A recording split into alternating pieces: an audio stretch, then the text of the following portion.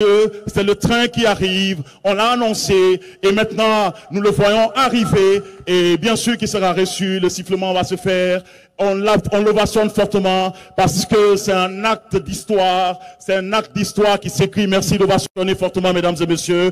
Guinéens. Quelle fierté Christian d'être guinéen en ce jour.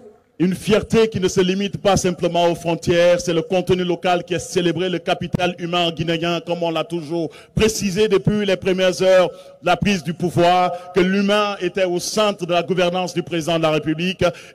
Nous marquons en lettres d'or l'histoire de notre pays, l'histoire de notre souveraineté, l'histoire de notre nation ce 11 novembre 2025, ici à Moribaya.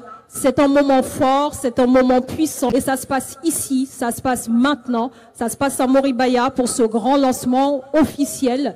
Merci à toutes les délégations ici présentes, merci pour votre support. Et à l'instant précis, le président de la République qui reçoit ces deux Guinéens.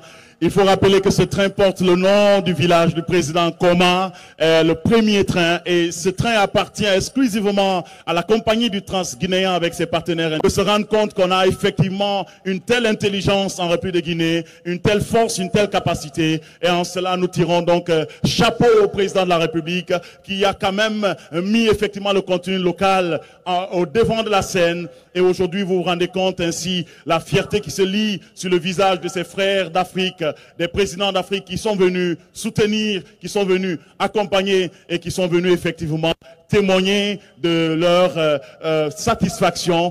Le nom du train commun porte ainsi le nom du village du président de la République.